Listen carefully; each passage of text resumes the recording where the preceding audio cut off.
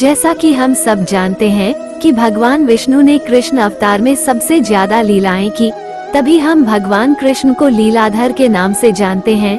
दोस्तों, हम सब जानते हैं कि भगवान कृष्ण बहुत ही ज्यादा नटखट थे। ऐसे में कुछ लोग श्री कृष्ण पर आरोप लगाते हैं कि वे यमुना में नहाती गोपियां को देखने के लिए उनके वस्त्र छुपा लेते थे, लेकिन इन अज्ञानी लोगों को ये नहीं पता वे स्वयं विष्णु के अवतार थे, जो अपनी आंखें बंद करके भी सब कुछ देख सकते हैं। फिर वे कपड़े चुराकर ऐसा क्यों करेंगे? नदी में नहाती हुई गोपियों के वस्त्र चुरा लेना ये बाल कृष्ण की एक नटखट का नहीं बल्कि उनकी एक लीला थी, जिसके माध्यम से उन्होंने बालपन में गोपियों को एक अच्छी सीख सिखाने चाहा। दोस्तों, पद्म पुराण में वर्णित कथा के अनुसार एक दिन की बात है जब गोपियां जल में स्नान करने के लिए यमुना में उतरती, तब भगवान कृष्ण पेड़ पर बैठकर ये दृश्य आराम से देख रहे होते हैं। जब गोपियां नहाने के लिए व्यस्त हो गई, तो श्री कृष्ण ने गोपियों के वस्त्र चुराकर छुपा दिए। जब गोपियां नहाकर यमुना से निकलने वाली थी, तो उन्होंने देखा कि उनके वस्त्र वहां नहीं थे और वह सब चिंतित होने लगी।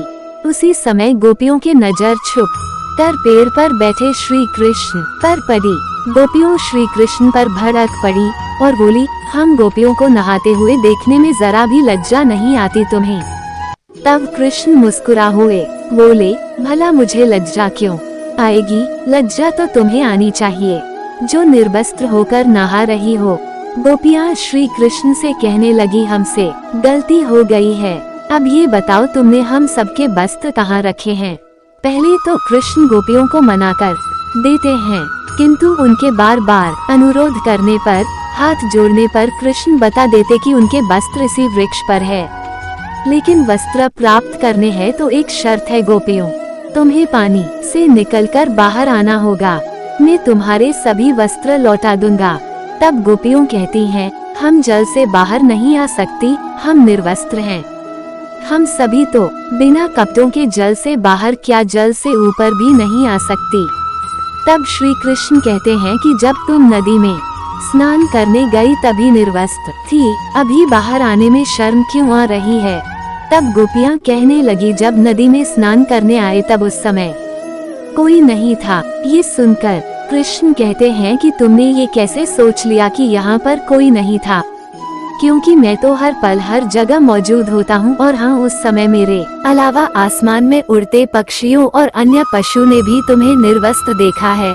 जल के प्राणियों ने भी तुम सबको निर्वस्त्र देखा, और जल के अधिष्ठाता देव स्वयं वरुण देव है जो एक पुरुष है, उन्होंने भी तुम सबको निर्वस्त्र देखा।